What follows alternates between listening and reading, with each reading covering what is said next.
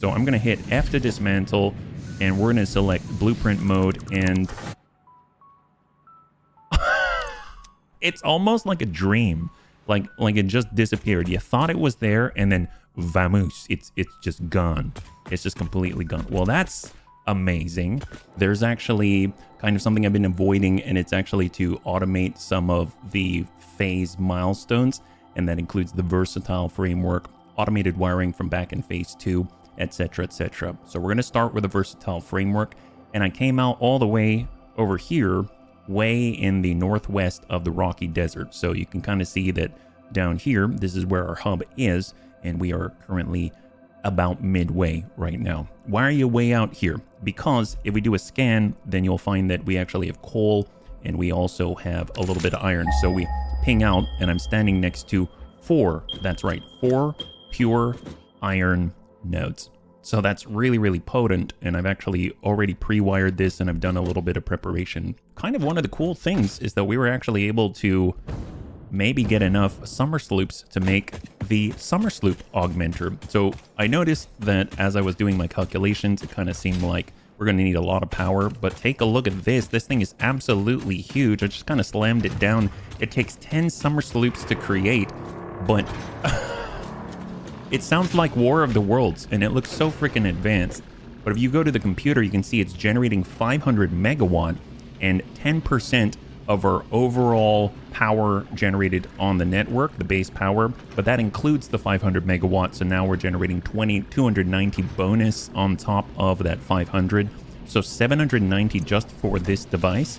And I kind of have it down here just as a safeguard to make sure that we've got access to the power that we need, so that we're not going to trip up anything and have any sort of issues like that. But we can always disassemble this and actually move to our fuel generators. Right now, you'll notice that we've got some different looking belts. We've unlocked the Mark IV conveyor belts and lifts. So they've got this sort of fatter guide. You can see we've got conveyor belt Mark 1, 2, 3. That's what we had before, which moves stuff at 270 per minute. And this moves at 480 per minute. And that's going to be very, very important. Each of these miners are currently set to 240 per minute. I kind of have a goal where I'd like to be able to output 20 versatile framework per minute, and I'd like to be able to output 60 steel beam and be able to output 30 encased industrial beams. If I was looking at the recipes right now, I kind of just drew some notes up for myself on the right side there, what it's going to take to put together and hit those targets. And right now it seems like we're going to need a lot of iron ore, we're going to need a lot of coal, and we're also going to need some concrete so we can make those encased industrial beams. So I kind of pre-set up some stuff here. We'll take a look at that in just a second. And in the distance, you can see that I've already taken care of the concrete portion of it. Oh yeah, coal too. So here over at the concrete facility, you can see that we are now able to process 450 per minute of limestone and output 150 per minute of concrete. And that's being done with our brand new Mark IV conveyor belts out of a pure limestone node. So it's able to just slam out so much. It's kind of crazy. And then that is piped inside of the basement down here. And now I just realized with the bunny's help that I can slide under here, so that's so helpful. And then essentially it's being piped through and split off to 10 different conveyors just up above, so that we can create that 150 per minute, because we've got our 10 right here, and they're just producing and slamming out 150 on both sides. So we got 10 constructors total. Not too sure why this one is idle and these are not. My assumption is, oh, I know why, because concrete wise, they're not completely full. So they're basically producing for the internal buffer for the machine.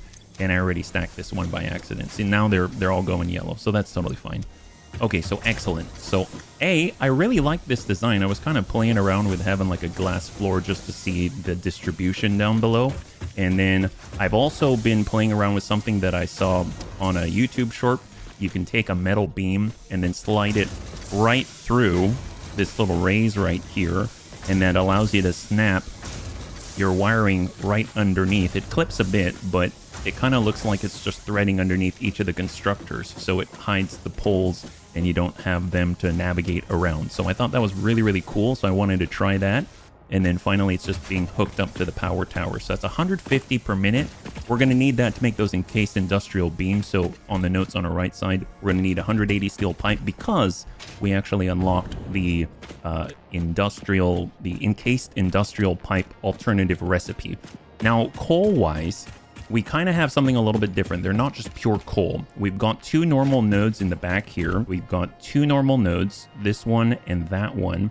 And then we've got two impure nodes. I've kind of clocked them up to 200% for all four of them. And these two are outputting 120 per minute.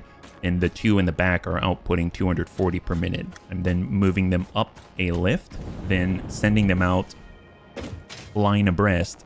And then I've added some signs just so that I can adjust it if we ever need to adjust the input a little bit. So this is going to send out a lot of coal. It's coming around the mountain and then going up top and then coming in at these rates. I really like the use of signs. I used the painted beam, rose it, and then used the portrait signs. So this allows us to keep track of what's what and what's coming through at what speeds, etc. So kind of done something similar over here. So when we head on through this maze of smelters, I was kind of messing around with blueprints, and I'm gonna definitely need to mess around with it a little bit more, but we've basically got pure on both sides and 240 per minute in total. So overall, we're looking at something like it's like 480. We're looking at 960 iron ore coming in, and over there we're looking at 720 per minute of coal and 960 per minute of iron ore. So what I was thinking today, that's a lot to do, and I don't think I can do it all in one episode. So I think what I'm going to do, I'm going to really kind of take my first steps into utilizing blueprints. And that's something I've been kind of avoiding, but the bunnies have told me use blueprint mode and different tips and tricks. And I think we can come up with something that might help us out. So what I've done here is essentially a bit of a prototype. This was all done with blueprints for the most part, other than the connections themselves. So we're going to go ahead and I'm going to delete all of these because it was a bit of an experiment and I didn't have the 480 per minute throughput at the moment. So actually, I love that I can actually dismantle. You can see that this is all part of the blueprint. So you can go to default mode to dismantle one thing at a time, or you hit R to blueprint mode and I can dismantle this whole chunk at a time. So you can see what's part of it and what isn't. I'll go over to our organization and I'm going to go ahead and go to the lookout tower just so that we can navigate this a little bit better. And we're going to head on up and we're just going to clear the field. And we're going to work on a blueprint together, and hopefully it's going to work out pretty well. So far, I have to admit, I'm pretty impressed with the blueprints thus far, and I'm definitely digging it. Yeah. So this is really going to be the first time I've actively used blueprints in order to accomplish the goal. So what I'm going to do is I'm just going to hit G, and that's going to allow us to select all the conveyors right here without accidentally destroying something else. And we'll get rid of that. And then we're going to switch over to blueprint mode, get rid of 1, get rid of 2, get rid of 3. Got to switch back over to default. And we're going to get rid of all these mergers right here. Because this is how I was having to do it before I had the conveyor belt Mark IVs. And I just thought that was a little bit ridiculous. And I wish that I had the better conveyor belts because it helps us out a great deal. And then finally, the 2 holes right here. Now, we have another pure node in here. In theory, I could have done the constructor work right here, but I didn't know what to do. I kind of built over this and now I feel kind of weird.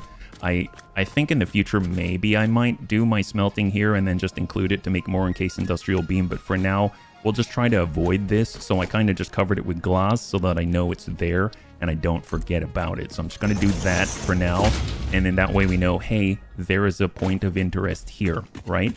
So let's go in and take a look at the blueprint that I already had created. And then I'd like to just scrap it and replace it because I'd like to try to use the basements because it makes things so much easier to work with. At first, I thought it was just an aesthetic thing, but oh, never mind. I don't have the blueprint. Okay, well, it's gone. All right, well, we'll make a new blueprint. How about that? We'll go over to special. We've got our blueprint designer Mark 1.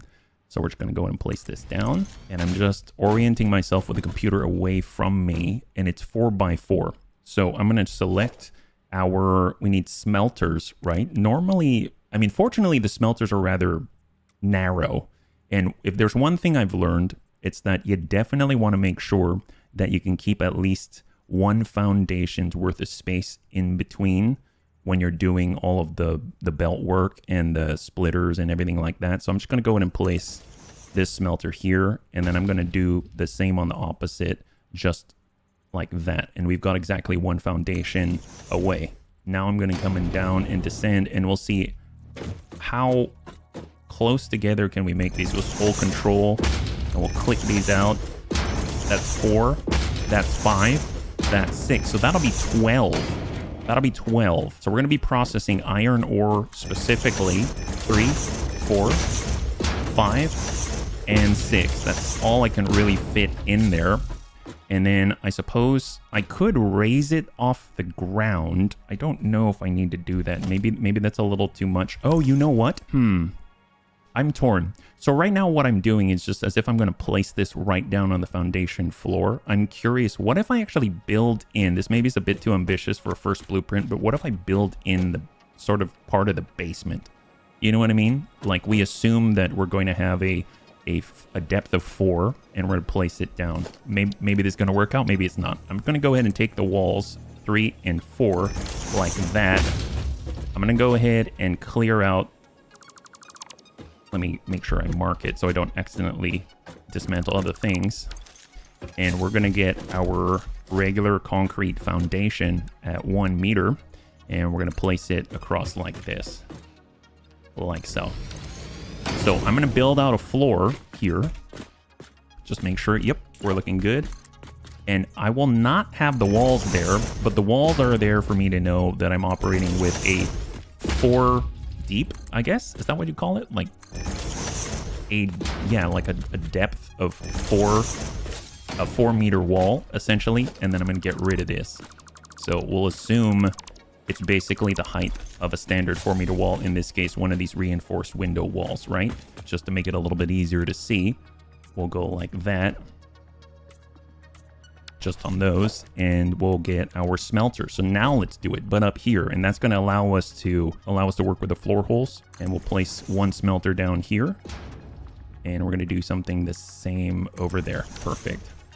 And then now I can actually go back to the concrete to be more uniform. Okay, perfect. So now I think this is going to work. I don't know. This is all kind of you know me, always doing things on the fly. 1, 2, 3, 4. We said we wanted 6, so we're gonna have 6 like that. That's great. And we're gonna flip that around, and 2, 3, 4, 5, and we're gonna have 6. There we go.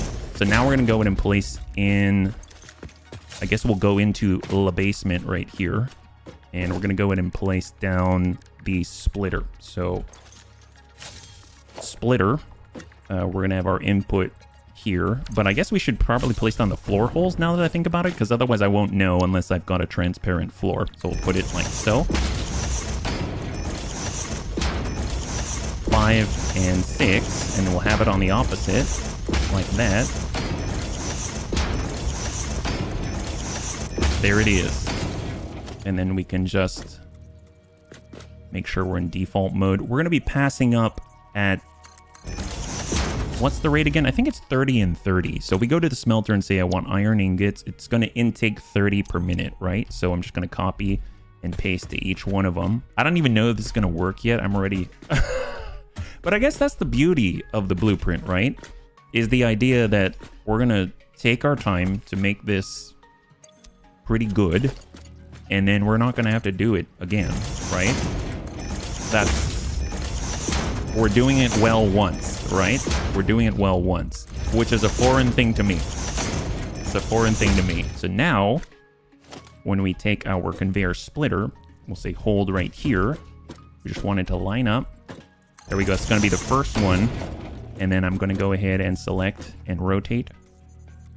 I don't know if that connects, actually. I'm not too sure. That might be too tight. One way to check, I guess, is to pass something through, right?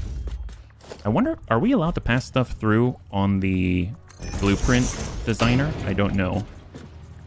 Buildables in a designer cannot be connected to world buildables. Well, I guess we'll find out. I guess we'll find out. I hope it's connected, but I don't know for sure. I'm not too sure. So that does have me a little bit nervous, but it's all right. It's all right. Just got to make sure that everything's all lined up. Pass that in like that. And then finally, we've got 6. There we go. So this time, though, I'm going to use the Mark IV. Because if you think about it, we're going to have quite a throughput. Because we basically got 6 times 30, right? So 180 on one side and then another 180. So we've got 360 going down the middle, right? It's because it's 1, 2, 3, 4, 5, 6. Each of them, each side, each individual machine's taking in 30 each. So it's 3 times 60 is 180, 180, and then 360 in total. So we're definitely going to need a Mark IV, which can handle 480, and the Mark III can only handle 270. That's right. So let's get this pipe through on manifold. So nice and tight in the 4x4, and it can stop right here, at least for now. And then we're going to go ahead and take the heads and pass that through. So again, I hope this is hooking up, but I don't know for sure. I guess one thing we could do, since it's a blueprint, is save it and then check, right? We could save it and then check. Although then we'd have to provide power as well. So, well, we'll get there. We'll get there. So now we'll go ahead and place all of the outputs. Although now that I think about it, do we want the outputs to go back down? That I don't know. Maybe we could merge them together.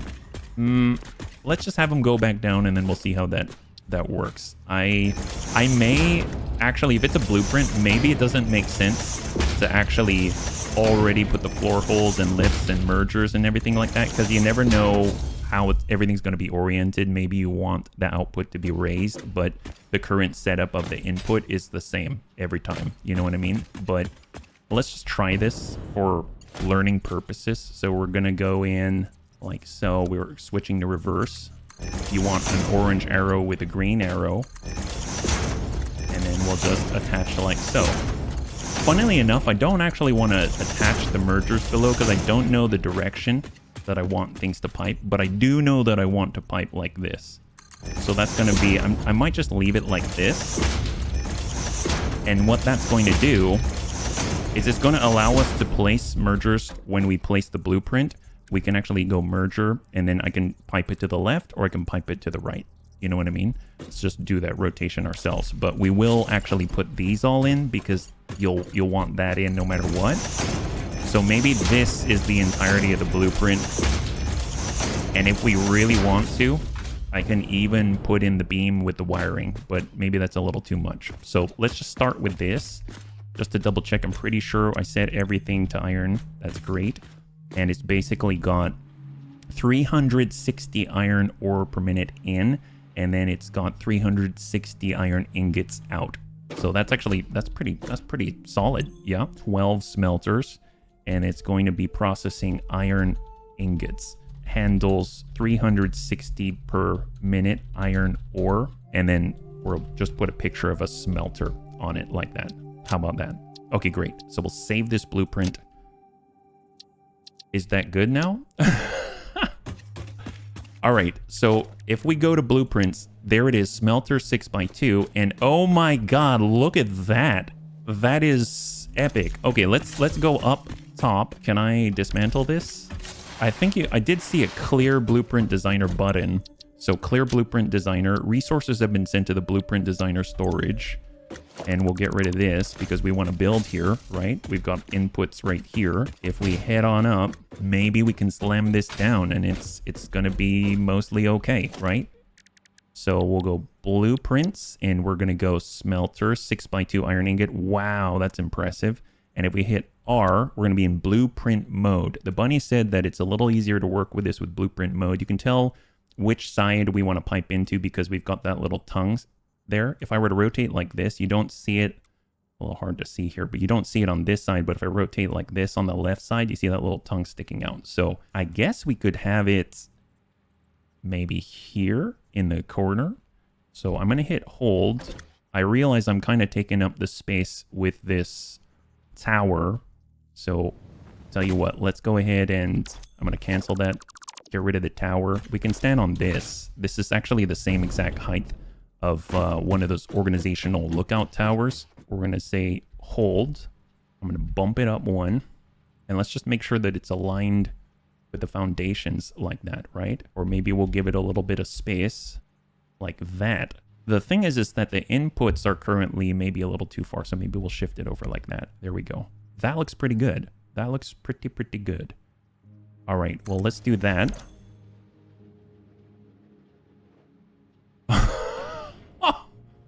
Holy crap. Look at that. So let's just double check for a second here, right? Because these are legit. So we look, yep, iron ore, iron ingot, and in theory, they're all hooked up. So all we got to do, I might have to adjust this because you can see that they're only at 240 and I want, they can handle 480 in through here. In the meantime, let's just go ahead and I'm just going to get a merger just so that I can feed this appropriately. We can always adjust the inputs a little bit and I'll just kind of place that there. We'll go ahead and hook that up like so. And let's see what happens when we route in there and some here. So in theory, this is 480 per minute going through. Is it filling? That's the question. I have no clue. Well, I mean, I guess we got to power them, don't we? We got to power them for them to actually, for me to tell if they're filling or not. Let's just maybe power one, and then I can make an assumption from there. So we'll just kind of slam this to us. It's pulling in ore. It's legit pulling in ore. That's so good. That is so good. So right now, this is piping down below. And in theory, I could go like this, right? Like merger and have it come back out like that. And then we should have an ingot come out the other end. Uh-oh. Did that not work? How's that going? Iron ingots. Oh, it's not actually removing it with this. That's the output. So what happened here? Are we in default mode? Maybe it needs to be in reverse. So if we go like so, reverse, and we flip her around and then bring her back, this should actually come out. I might have it in the wrong direction. Fortunately, it's just a blueprint, so we can always make the adjustment there. And there are the ingots. High five. That's what we're talking about. Well, let's go ahead and chop this. Oops, hello. Chop these apart. So we know that kind of works. That's really, really cool. And obviously, if you want to slam these down, it's no problem. Since we're lined up with the foundations, it's just a matter of putting... We kind of have the makings or the beginnings of our... Oh, wait. We got the beginnings of our basement already just by using the blueprint. So I'm going to hit F to dismantle, and we're going to select blueprint mode, and... It's almost like a dream. Like it just disappeared. You thought it was there, and then vamoose. It's just gone. It's just completely gone. Well, that's amazing. Well, let's go ahead and get the blueprint designer, but this time I'm actually going to put it a little bit farther away so it's not in our way. And then that's going to allow us to do some work, and we can kind of leave it out instead of having to dismantle it all, right? So I say load a blueprint. I want to load the smelter blueprint. Holy crap. Wow. All right. Well, okay. Let's see. So we had problems with this one. These are all in...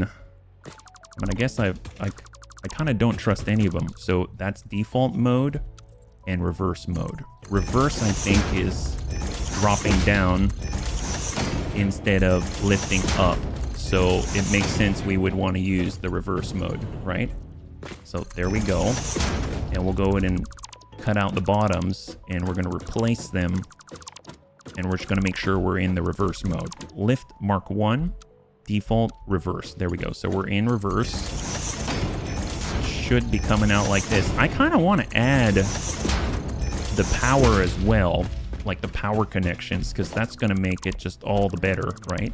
So let's go ahead and just be paranoid, and we're going to redo these lifts because we kind of ran around in one big batch, and my assumption is I made the same mistake with all of them, right? So I like the fact that it pipes down. That's really nice and keeps things clean. 6, perfect. And then we'll just do the same. So Mark 1, There we go. High five. So these should be hooked up. It's just a matter of putting in the right merging direction and stuff like that. And so now I kind of want to do the beam thing. We'll do the metal beam thing. I like having the power poles, honestly, but it was kind of nice. It's all contained, and that's kind of cool. So let's just route the beam through. So we just got to run over to the other side, and then we pull that out. And we're going to do something a little bit the same. We'll go to the opposite, and we'll get it right there. And we're going to route her through to the other side, like that. It kind of makes me think, though, maybe I should be starting right at the edge so that it connects with another one if we put them kind of side by side. I don't know if I've got the throughput of the belts, though, to handle that, so maybe not. But it's kind of a thought. It's kind of a thought for the future, maybe. At least we can edit things, right?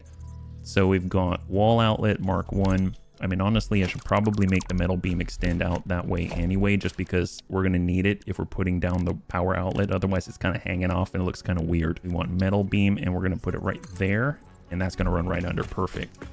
So now that's looking a lot better, and that's going to work out a lot nicer. And then I want metal beam right here, route it right under, all the way to the edge of the 4x4. Perfect.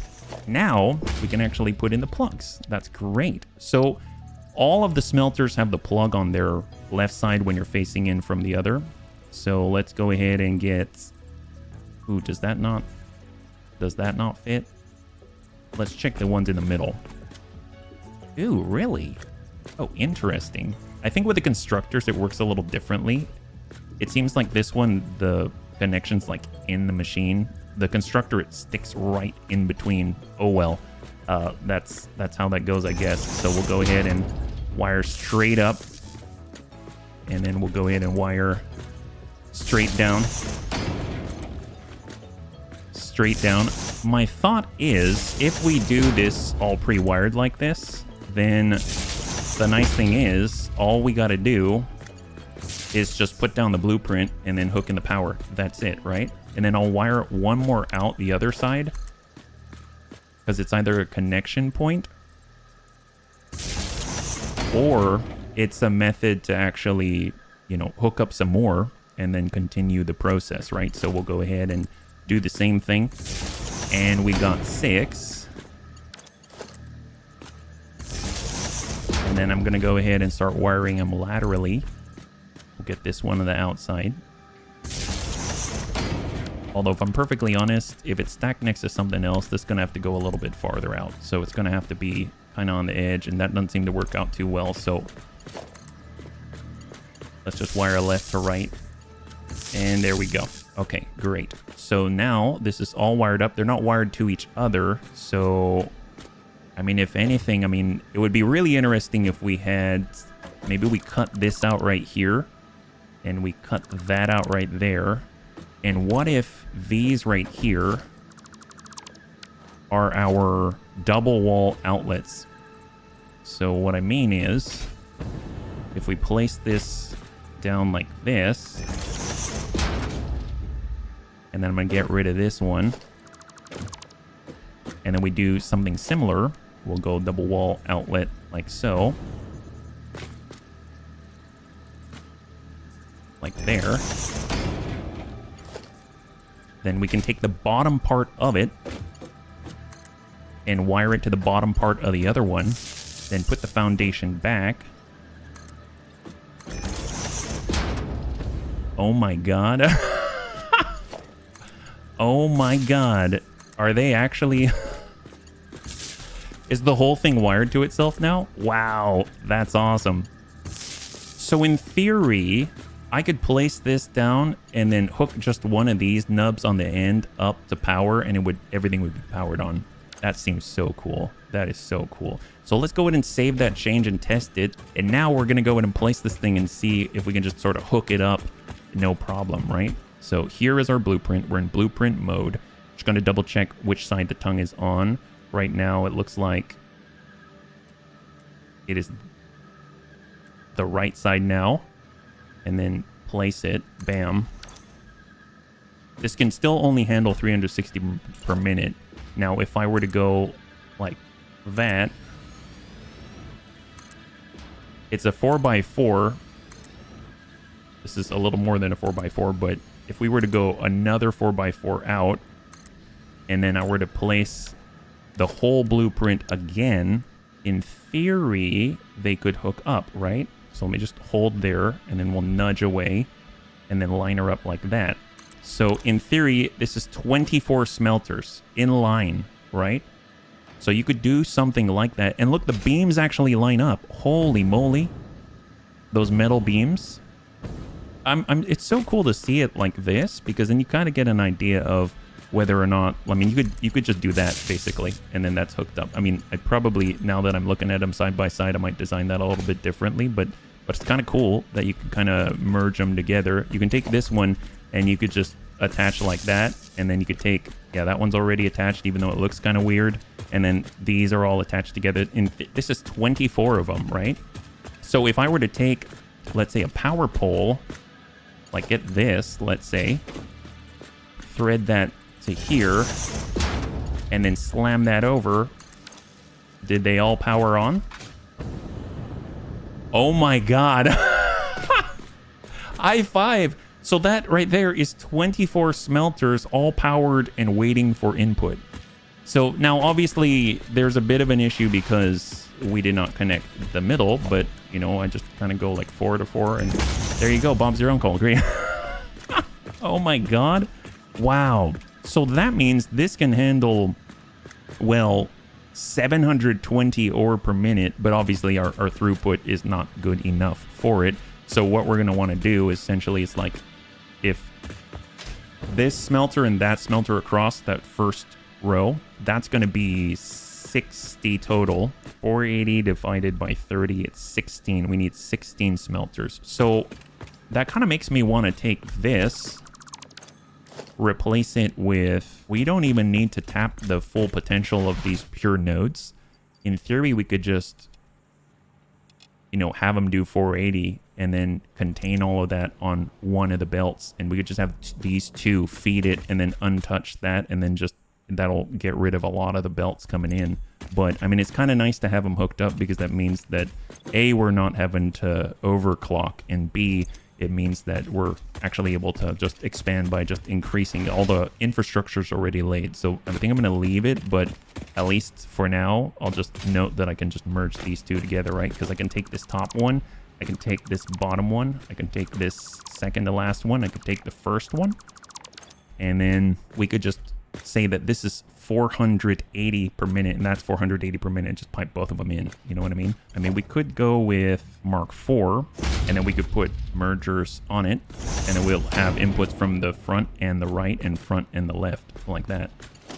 So essentially it would be like this. We'd go, there's our first one, and then this one's going to do some weird shenanigans and come around the left side, and that's now 480 coming in, right? And then we can kind of do the same thing. This is 480 per minute, that's 480 per minute. So all we need to do is take a Mark IV, connect it there, and in theory, this should run. Oh my god. It's coming to life. I feel like Dr. Frankenstein. Oh my gosh. So now, obviously, this is all, the output's not connected, right? The output's not connected at all. So, in this case, we want to do something like, you know, pipe it over to the right, like so.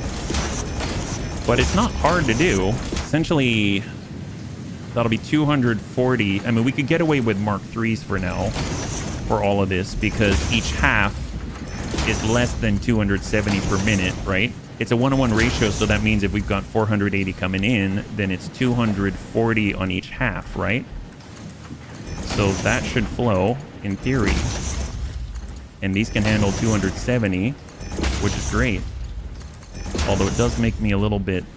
There we go, we see the ingots, and we would do something similar. And then this essentially would come out this end and then merge together, and then we would have 480 coming through. That is so cool. And look at this, we've kind of got a ready-made basement. That is really, really cool. And then we just put another one on the opposite side. You know what I mean? We're just going to take the tongue on this side, hold, and we're just going to nudge. So we nudge here, We shift them over like that, and now that is lined up. Great. Perfect. And you place that down, just like that. And then all you gotta do is take your belt Mark IV and connect it. And there she goes. I mean, obviously you gotta touch the place in the power. I mean, you can even go architecture, glass frame, so you can see everything in the middle, and there it is. Wow. That's so cool.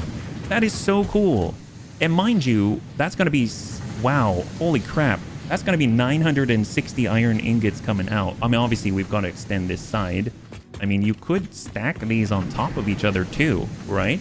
You totally could if you just built the floor first. So how would that look, actually?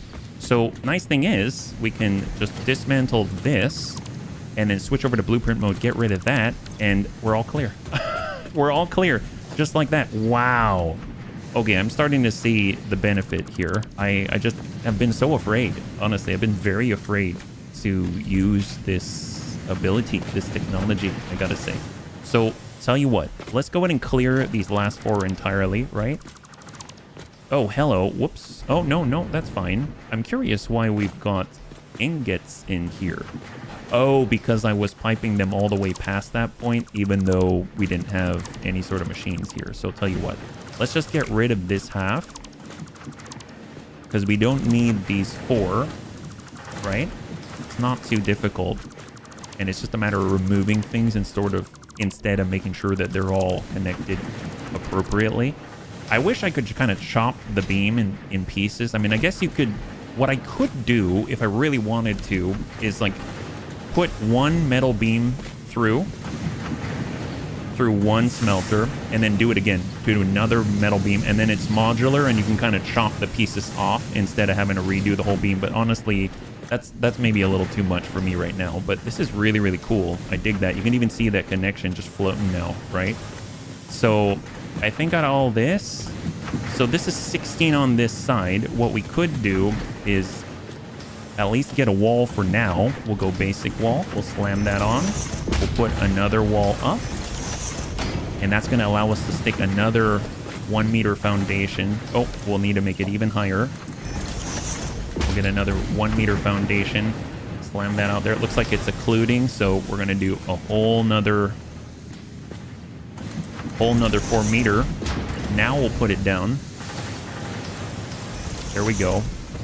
We'll be able to jetpack up. And this is the new floor right here. So interestingly enough, this in theory should allow us to stack them on top of each other. I don't know what that's going to look like, but let's check it out. I don't know if it'll work that way, and it's not perfect, right? I almost want to adjust the blueprint so that it's flush when you put them one after another, because there's a little bit of a gap. It's not a big deal, but it is an inconsistency for sure. And then we just got to chop off the excess, right? We'll just cut these out. No longer need the walls. So I just want to make sure that we've got the tongue hanging out on the appropriate side, and we'll go like that. And let's just line her up so she lines up with the foundation. That's that. We'll get on the opposite side. Now we'll bring her through. There it is. I think that's it. So we'll slam that out. Holy crap, that's insane. That is insane.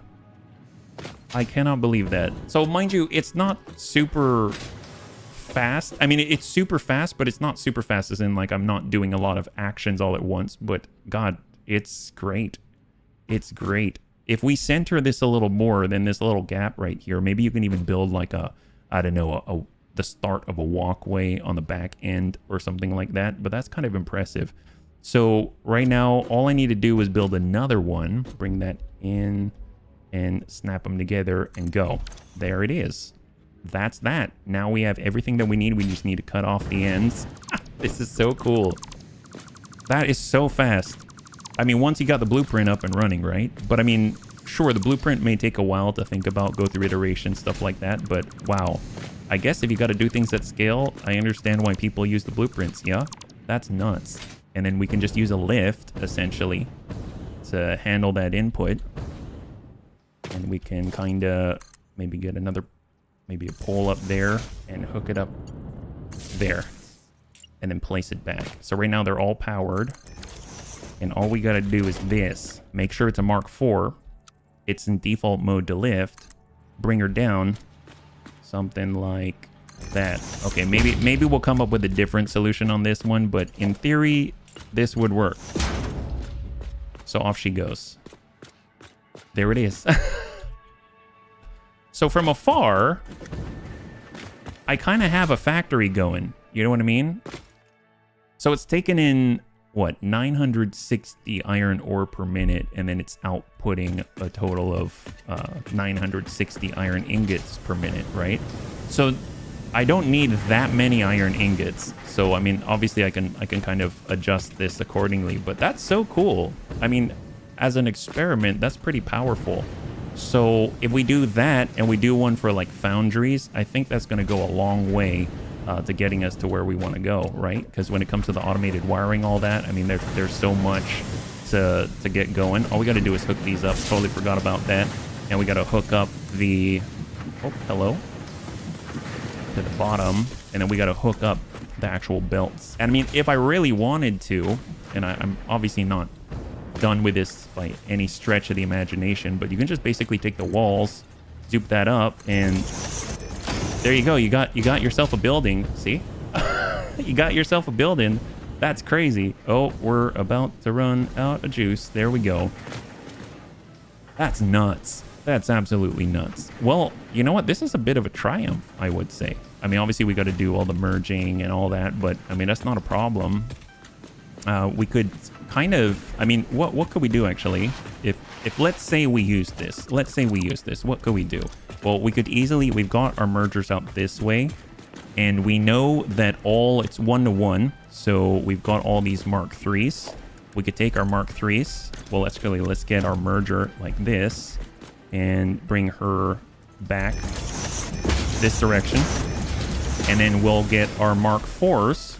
I mean, honestly, you could just make it easier on yourself and just do all Mark IVs, right? And it would all come out here. And then all we got to do is hook up the rest. So we could do Mark III if we want to save on the encased industrial beams, but honestly, that probably doesn't make too much sense to me. And, oh my gosh, that's pretty bad. We'll just do default there, and there she goes. And that, you know what? That fits right within the foundations. Look at that. Look how compact that is and how tight that is. That's really, really nice. So in theory, if we had those ingots going somewhere, like if I did this industrial storage container and I did something like that, that's gonna fly. I mean, for one output, that's actually pretty nice. Yeah, that's actually pretty nice. I mean, one thing that you could do is also maybe get this lifted off the ground, this conveyor belt, and then that's going to allow you to pipe out both ends and then merge together and then actually come on in. You could use some type of reverse lift, maybe have an insert point from both ends. And what I'm talking about is something like this. This one can go up, and that's going to allow us, see, it goes up and down. That's so cool. And then that's going to allow us to flip these around, cut out the back end here. So essentially we would go like this and flip them the other direction, like so. And now it's going to come out the other way, but these belts are flipped the wrong direction as well. So we've got to rebuild them right to left instead of left to right, essentially. This is so awesome. I want to make more blueprints now, but I have a feeling I'm going to keep the blueprint usage maybe to a minimum until I've gotten a better hang of it, but not bad. It's like baby's first steps. Baby's first steps is what it is. And then we would have it come out this way, see? So we can kind of go cut out the industrial storage container, and then we could have some kind of merger, maybe like this.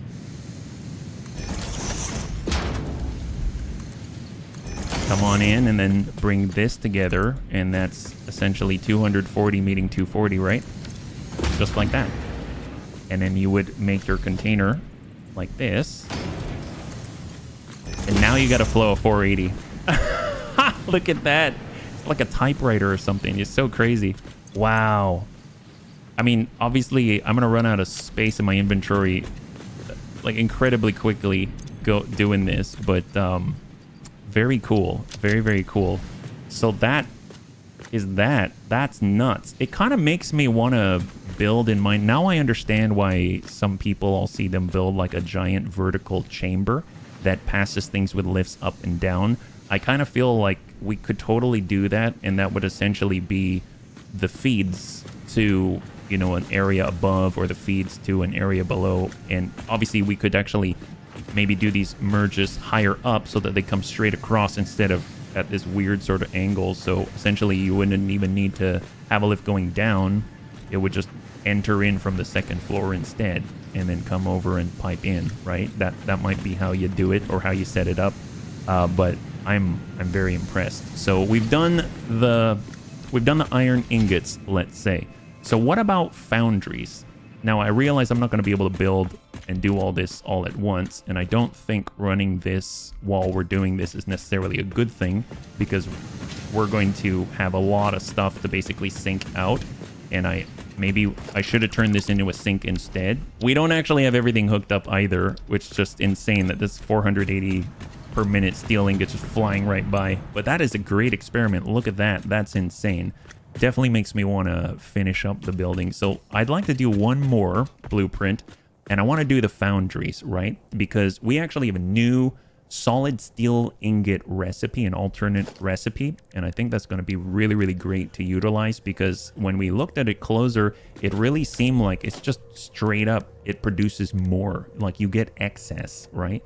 So typically you would take 45 iron ore and 45 of the coal and put that together, and then you're going to get 45 steel ingots. This is like 40 iron ingots and 40 coal, and you get 60 steel ingots. So just out of nowhere, more appears, and it kind of blows my mind that that is the case, and I love it so much. So let's go to organization. We're going to go in and get a tower, and we're going to go ahead and make us a foundry blueprint to take those ingots that are coming from that 960 output, and then we're going to basically, you know, do the foundry version of it. I guess we're going to start with the wall, because I love having the basement. I think that is so cool. Such a cool addition. We'll go in and select and go to the 1 meter, and then I guess we'll have to get on this side just to build that floor. And one thing I really, really like is that I can actually just grab this and then bring it back. And I find that a lot faster, because the mouse can come to me a lot faster than I can go out, and I don't have to really measure it. And there we go. So that's all done. And then I'll go ahead and clear that so that we can have our basement back. This time it's going to be a little more tricky, I think, because we're going to have 2 inputs on this one, right? We're going to have 2 inputs, steel ingots and coal. So not too sure what we're going to do with this. Let's say we definitely want to make sure that we've got the same sort of spacing, and that's going to be super tight on the back end. Maybe we'll kind of come up like this. I hope that's enough space. I have no clue. And then we'll flip around. We've got alignment between both of the inputs, and then we'll kind of be in like this. So this is the part I'm not sure on, right? So if we've got our 2 inputs, how are we going to wire this? We could have it come up above. We could have it come from below. Obviously, we're trying to do from below. Then we can place the splitter and then wire up, right? So it's going to be 40 and 40, I believe. So we'll come in on default. And I think that attaches, but I cannot tell. That's super tight. I don't know how I feel about that. I wish I could kind of check. Here, we'll set to solid steel ingot. We need 40 per minute of the iron ingots. We might need to have feeds of coal that run around the outside and then come over. I'm not too sure how that would work, because I usually will pipe one thing from below and one thing from above, and that's how I handle the distribution. But that's an interesting challenge. I'm not too sure. And then we add more foundries to the mix. How many can we fit in one? So we got another one here. It looks like we can fit 6. So it's exactly half that we could fit for the smelters, right? You got a lot more room in between. So let's at least do what we did with the iron ingot, and then we'll try to work around it. How about that? This one's a bit more challenging. And then we'll just mirror it on the opposite so that we can split similarly. Yeah, this seems like too close to me. I don't know if that would work. We'll have it like that. Yeah, look how tight that is. That is way too close.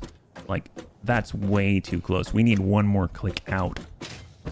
So honestly, 1 point of separation is probably going to be it.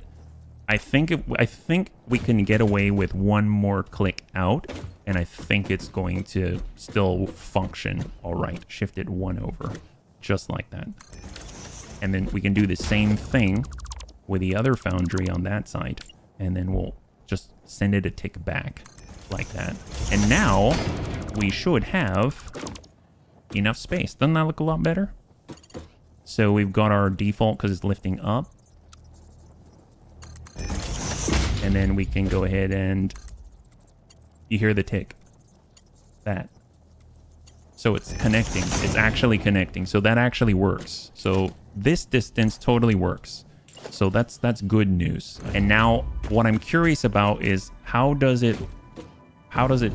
they allow us to cram this in? I think that's enough space.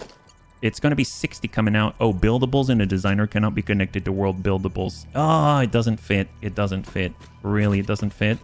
Oh, I totally thought it would. All right. Well, tell you what if we took the splitters and we had an input like this? Oh, this is weird. Yep. This is okay. You're gonna see what I'm talking about. I've never done this before because it seems really weird, and I don't know how I feel about it. I legit don't know how I feel about it. That extra click out meant we could not fit our foundries in, including the output. Now, this is what we're going to do, and I think it's going to work. I don't know, but I think it's going to work. So now we got our lifts. We're going to accept an input from below, and then we're going to... I don't hear it tick, and that has me a little bit worried, but I guess we'll find out, right? And then we'll have this face to the left. Now, in the past, I've been putting a splitter right in between, but I'm going to snap a splitter right on top of one of the sides, but not the other. And that's going to allow us, that's going to give us the space to actually connect that way, right? So we'll have the input like this, and it's just going to be lopsided. The splitter's going to be right here, and then pass it right over. And that's going to allow you to be a little bit closer when you couldn't before, right? I guess the trick is going to be figuring out what we do with the ones on the right. Oh, we crashed. Satisfactory was not satisfied with that setup. But, you know, I'm sorry, Ada. It's just what we've got to do, right? It's what we have to do. Okay, so we're back. All right.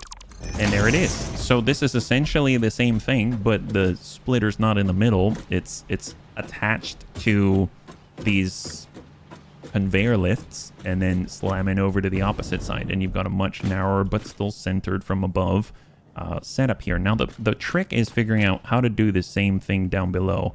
I think we're gonna have to take an input maybe off kilter, like off here,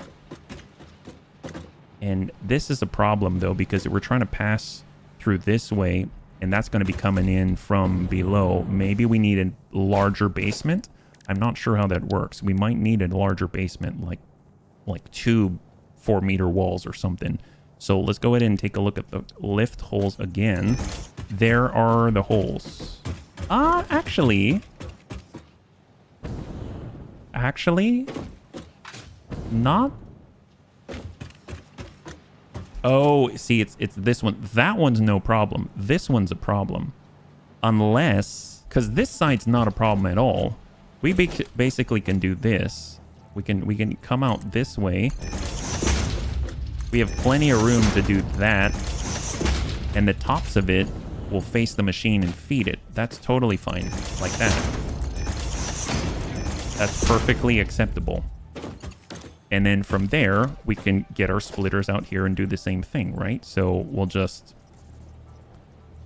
I think if I put it on here, though, it's actually going to clip, so we actually have to have a little bit of standoff from it, and that's honestly, it's more pleasurable to look at. as well. And bring her around. There we go. So then that just looks like this. Oh, you know what? We have these backwards. What I mean is we want it in default mode so that it's actually lifting product up and not bringing product down. It's an input. That's great. And it's an input. Perfect. There we go. And then we would just need another splitter right here. I like how I'm just ignoring the other side because I don't have a solution in my brain yet. I'll figure that out. We'll figure it out. It'll be fine. No worries. And there we go. So essentially, this is a coal input right here, right? Yeah, so that's the coal input. But now we got to figure out how we get that coal to come up here. So let's go ahead and do the dreaded task of attaching these now. And then we got the bottom side. What do we do with this? Now, this one is fine. If it was just this, then that's okay, because we could still have it face out. Once we do this, though, we start to clip. I guess if you don't care about the clipping, then technically it should function. But that's a decent amount of clipping. I don't know how I feel about that. You can kind of zigzag back and forth like this. I wonder if we can do some kind of shenanigan like a zigzag or something to allow access to the lift. The ones on the outside, easy enough. We just take the splitters, we take care of business, no problem. And we can loop them around the outside, no problem. That's all fine. Now, the ones that are here, these are the issue. If we take the splitter and we pass something through, we still end up with the same problem, right? You've got something coming through the other one, the other bottom of the lift. So it makes me think maybe you end up running things left and right, or we have to alternate the inputs. Like right now we have it where this would be coal and that would be coal. Maybe you make this one coal and that one iron. Would that work out? I don't know if it gives us necessarily a good solution, but it might be something to think about. I think what will really help visualization wise is to use colors, right? I mean, worst comes to worst, I go with a clipping solution. I go with a clipping solution. At least we'll have a solution. But I'm really would love it if we could find a different solution. And I know that we could definitely pass something above the factory floor. That is always something that we can do, but I would prefer it if we could do the whole basement thing, right? Because basically, if you have one input coming from below and you have one input coming on the main factory floor, that's an easy way to take care of the solution, right? Or take care of the problem. We could just get something like this and pass left and right, and then you pass one through, pass one below, pass one above, right? So that's an easy one. So maybe we'll do that actually instead of the clipping thing. But still, it would be very interesting to find out if we can do something else. Let's use the outside space as much as possible. So we're gonna go, this is iron, and this is iron, and that is iron. And I'm just gonna go ahead and color them, right? So iron in this case is going to be this, let's make it bright, something that we can see. Okay, I like that. I think we've used that color before. There we go. So this is going to be the iron color, right? So, and we're going to figure this out together. We'll just make sure that we've got this all colored up. 2 and 3. There we go. Perfect. All right. So, oh, we didn't do the alternating. There it is. We'll go like that. That way we've kind of got a alternating zigzag potential that might resolve some of the flow issues. I don't have any sort of thought in my brain, just kind of doing it all ad hoc, so to speak, you know. And then we can kind of take all the coal and face them inwards. That's not inwards. And then we're going to color it red just because that's a relatively bright one that we can easily recognize, right? There we go. So the red's going to be coal, and then the blue is going to be iron. So if we did this, does that change anything? As in, this output will go like that. It's a little better. It's a little bit better. We'll tell you what, let's at least complete the zigzag so it's easier to understand. And it comes out here and then passes. Wow, this is so tight. There it is. It's like weaving. then from here to there, and from here to there. Okay, so less clipping, still clipping. And I don't know if we can see it. So what I'm going to do is I'm going to turn this into the glass foundation floor like that. There we go. So now if we take a look, what do we got?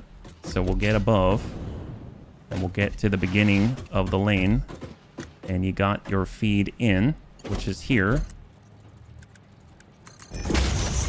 And this is what happens. It comes through here. It passes over to this one. And then it comes out and it passes over to this one. And it comes out and it passes over to that one. And it comes out and so on and so forth, yeah? So it's like weaving, right? And then the outside's no problem because we've got plenty of space to work out here, right? So it's easy enough to just route it along the outside and have a single input. We got a single input dead center for steel or for iron ingots. And then we could have an input either split or to one side. I prefer a single input if possible. So all we would need to do is essentially just do our manifold pass through. Although actually, nope, not manifold pass through. We're gonna have a standoff and we're gonna stand off, but with a manifold. So we got our conveyor splitter. There she is. And we'll run it right down the line.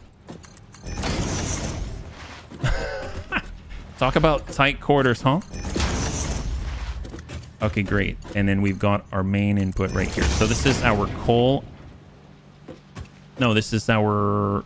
Yeah, this is our iron ingot out input, and this will be our coal input like this. And we're just going to pass it around the outside, and we're coming around from this side now, right?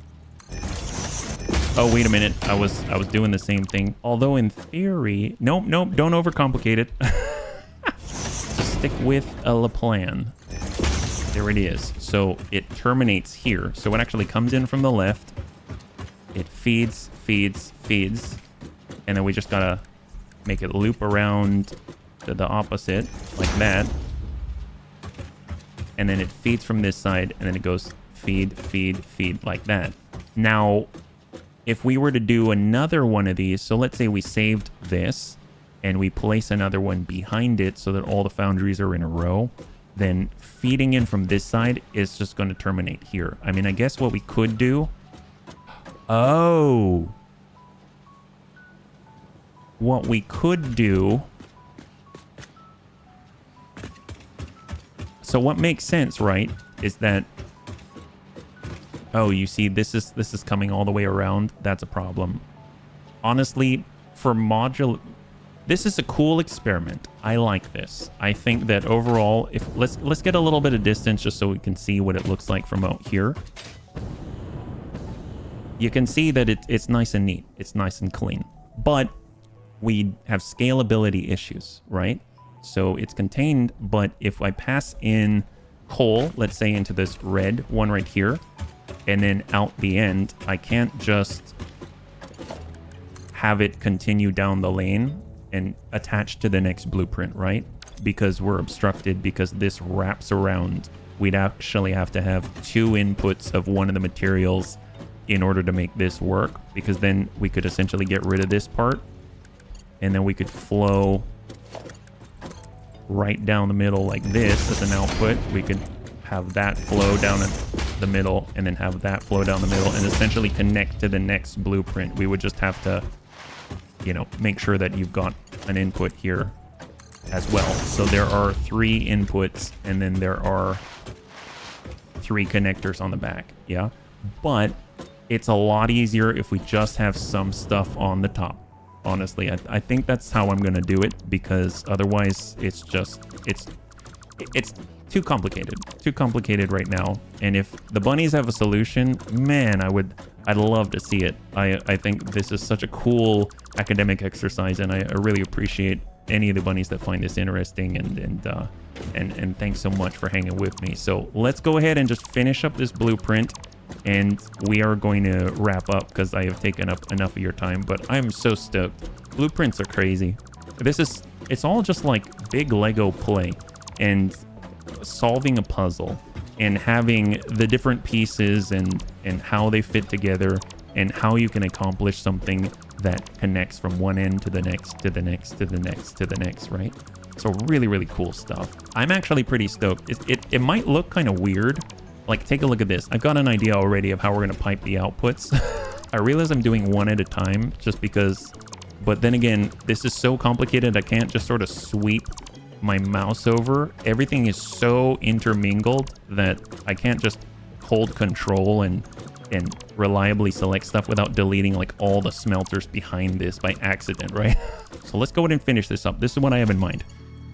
So it doesn't matter what the input is for this. It could either be coal, it could either be iron ingots, it doesn't matter. So we're just going to go ahead and place this down. We'll do the same.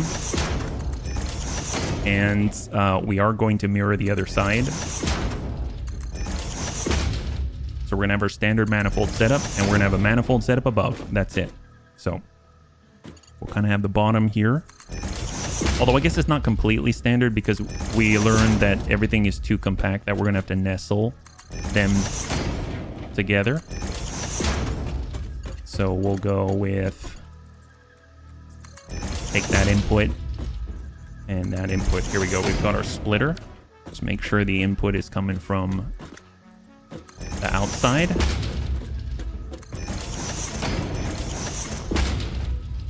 And then we're going to go in with all Mark IVs.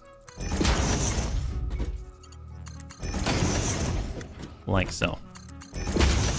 Then pass her through. And there it is. And then if we want to, I mean, we can have that tail out there, but you can always add that. It's not a problem, right? So let's just double check on the front. I would like to have the tongue because I find that really, really helpful to figure out which side is the input, front, etc. And I think we don't even need these floor holes, right? So we're just going to go into reverse mode because we're going to pick up from above like this.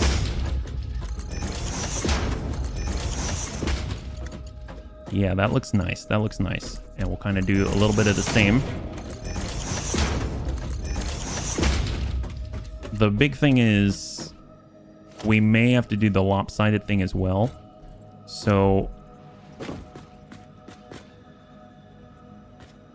I guess we could either have the inputs lined up like this, or we could have the inputs offset like this. Maybe offset is a little easier to work with, but if you think about stackable conveyor poles, I mean, it might work out where it's nicer if they're on top of each other. Yeah. So what I mean is if we take like a stackable conveyor pole like this, and then we zoop it up, in theory, you could have an input from here, and then you can have an input from the same stack up to the left there, as opposed to needing to feed one up and over to the right, and then one up and over to the left. Interestingly enough, I mean, in theory, we could also have a lift coming down so that they both feed from the bottom, but honestly, I think I'm gonna go ahead and mirror and lopside to the left, just for the purposes of the stackable conveyor poles, and then we'll just route off to the side on the manifold. So same thing, just up in the air, right? And then obviously we'll feed from here. I can't really, I'm not too sure. I guess we could stick a stackable conveyor pole here and bring her up, and then we'll go like that. Ooh, that don't look too good. There we go. So you can see it's doing that whole thing, right? So we have an input from down there, and we've got an input from up there, right? So now how to handle the output. Nice thing is, we'll set to solid steel ingot. We've got an output of 60. That's 6 machines, so 360 in total that we can merge together. So let's go ahead and copy and then set everything to solid steel ingot. And then we'll go ahead and take the 60. It still only requires, that's going to be a default lift. And it can handle up to 60. And we'll bring it up a couple notches. 1 and 2. So we'll go ahead and get ourselves a merger. And we will route it. Do we want to route it out the outside or come back the way that we came? We could come back the way... That might be kind of fun, to come back out the way that we came in, which allows you to have a stackable conveyor pole that actually carries the input or the output back the way that the input was coming from, but on the top. Yeah. So let's go ahead and just route like this. This makes it easy for these three at least, right? And we can go merge and then send her through. Send it through like that.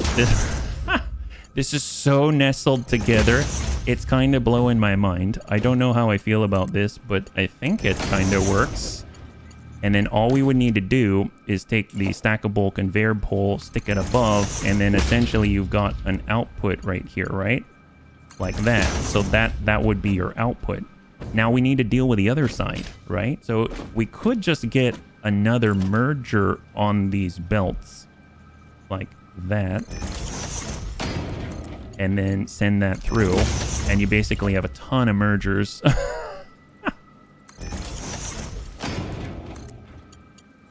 You get 2 mergers in a bundle per. That kind of works. It's quite a look.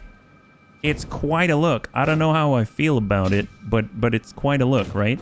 So in theory, this all works, right? And at least you've got a place where you can walk. You got a place where you can walk, right? I mean, that's a plus.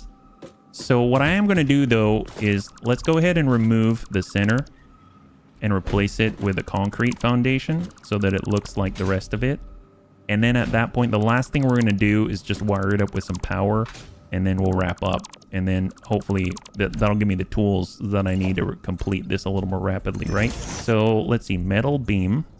And we're going to go ahead and select the outside here. That's going to run all the way through the bottom. Ooh, we're almost going to fall off. It is insanity in this joint. So we'll get one down below. We'll do the same straight down for all 6 of the foundries. Down. There we go. All right, grab it again. And then loop the power to the next one. There. And then to the last one. And then we'll loop it around to the outside so that we can actually continue the shenanigans. And then we'll do the same. So there we go. So now it's just a matter of on the back end, we'll do the same trick. We'll use the double wall outlets, but it's going to go vertically instead. And there she goes. And we'll just loop that underneath and we'll reconnect them on the top. And then loop across inside of the foundation. So now that is all wired up. So there you go. There she is. It's a look. It's a lopsided look, but it is a look, right? It's a look. It's a look. One thing, if you wanted to kind of make it not so lopsided, you can kind of even it out and, you know, potentially move these mergers over on the right side. And then that way it's longer on this side and shorter on that side. But you know what? This keeps it nice for a bunch of stackable conveyor poles, and you've got a little bit of a basement, at least to be contiguous with all the other ones out there. So I almost feel like maybe this one you don't even need to utilize the basement. You can have it all above ground, but there we go. There we go. Okay, great. Well, let's go ahead and save that. And then we can just see if it runs, and then that'll be it. And then now we got coal over here. We've got ingots over there. This is the moment of truth, right? And we'll just kind of tap that. Like so. Now that lines up. Great. And the cool thing is we can just kind of take any one of the cables that's passed under, right? So if we did this and brought it over to this outside part right there and then just run it over to this guy, now they're all powered. Now all 6 of these are powered. That's great. And then we're merging in from here. So this is our 480 per minute ingots. Now we can't handle 480 here, so that's going to be way too much. But obviously if you were to stack these together with another foundry blueprint, which actually we probably could do, we're running out of time. This is our coal input right here. And there's our input. So this is just 240 per minute of coal. Honestly, we can handle 360. So what we can do is just kind of slam on a splitter at a diagonal, and then we'll just take one of the 120s. That'll make 360. And then we'll just bring that around. There we go. So now this is going to be 360 per minute, right? And that's going to pass and wire in all the coal for the solid steel ingot recipes right there. So that's great. Excellent. And then what we can do is just set up our output. There we go. Oh, I guess I didn't even have to do that because it's got a top port. I always forget that. Excellent. All right. You're ready? Let's go in and hook in all the iron ingot. This is 480 per minute. Here she goes. All right, let's follow it. There we go. So it's wiring in. It's powering up the first of our smelters. Those smelters are outputting. There's our first iron ingots. They're flying down the way. They're entering in and they're coming in through the manifold. They're being piped right on up. Things are coming online. And we got steel ingots being produced. Those are piped out. They're being sent right back over. And in theory, we should see some steel ingots coming this way. High five. Holy crap. Look at this. Look at this. They're cruising. They're cruising out. So mine just is going to be 480 per minute of iron coming in. This is 360 per minute of coal. 360 is honestly all that this setup can handle without stacking in some more. But there she is, just like that. That is pretty darn impressive off of 2 blueprints, huh? Not too shabby. Not too shabby at all. This actually gives me all kinds of ideas. Like, as an example, we ended up wiring from here to here. It's almost like the ones at the end should always be a double wall outlet so that we can actually hook them through the floors, right? Stuff like that. I mean, there's so many things that you can do. It's kind of boggling my mind. This is a whole new meta in the game right now, and we are just cramming out steel ingots like crazy. So I'm super jazzed. I kind of want to take one of our... Actually, you know what? Let's get a ladder just so we can see what this looks like from afar, because I don't think even I comprehend the scale of this right now. We've got all this iron ore coming in from 4 different sources with the power augmenter in the distance. They're all flowing through beautifully and then piping through. We're only utilizing that first floor of smelters, 16 right there, 32 in total between all the floors. And then just half of the production sending the iron ingots in through the basement. And then we're sending all the coal up through the, I guess, the showroom floor, so to speak. And if we get a little bit closer, I think, in theory, that coal should be more tight together. No? Oh, because... I see. It's because of this. It's because of the impure. Actually, no, I don't think so. I think this is the pure. I think it alternates.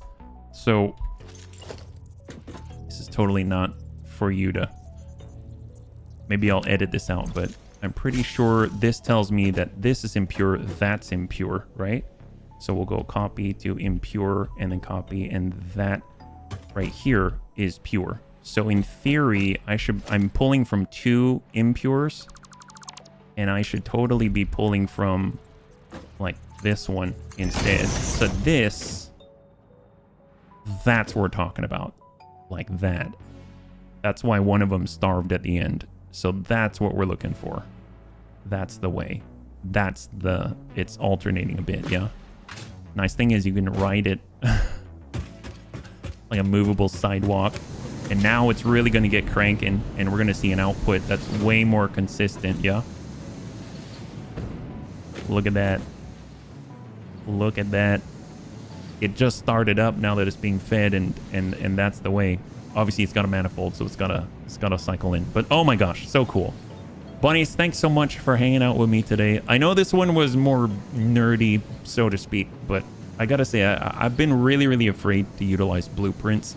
And the bunnies have convinced me with the types of projects that I want to undertake and share with all of you. So you convinced me to dabble in blueprints, and I gotta say I'm very impressed. Obviously, it's going to take a lot of experimentation, and I think a certain level of experience and skill in order to make them more robust. I'm not looking to make the most powerful blueprints ever, but I mean, God, already the first timer ones that we made are helping out so much to undertake a project like this, to actually get 60 steel beams, 30 encased industrial beams, and 20 of the versatile framework.